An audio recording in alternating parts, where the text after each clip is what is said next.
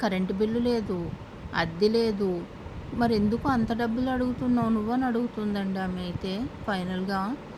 నాకైతే aunty please aunty ఇంక వదిలేసేయండి. నేనైతే మీకు వర్క్ చెయ్యలేను అంటే, "నీకిదే మర్యాద నేర్పించారా మీ పెద్దోళ్ళు" అని మా పెద్దవాళ్ళ మీద పడ్డదండి ఇంక అక్కడి నుంచి. ఫస్టేమో ఇలాగా వర్క్ మిషనే చేస్తది అన్నది. తర్వాతేమో మా హస్బెండ్ మీద పడింది. ఆ తర్వాత మా పెద్దోళ్ళ మీద. "ఇదే మర్యాద నేర్పించారా నీకు మీ పెద్దోళ్ళు? ఇంటికొచ్చినోళ్ళని వెళ్ళిపోమని అంటున్నావు. ఇదేనా నీకు మర్యాద? మీ పెద్దోళ్ళు ఇదే నేర్పించారా అమ్మా నీకు?" అని అడుగుతుందండి. నాకైతే అసలు ఆమె వర్క్ ఇవ్వడానికి వచ్చినట్టయితే అనిపించలేదండి. నన్ను ఎట్లైనా డిస్టర్బ్ చేయాలని వచ్చినట్టు అనిపించేది. నా టైం ఏంటోనండి ఆ టైంలోనే వర్కులు కూడా ఉన్నాయి.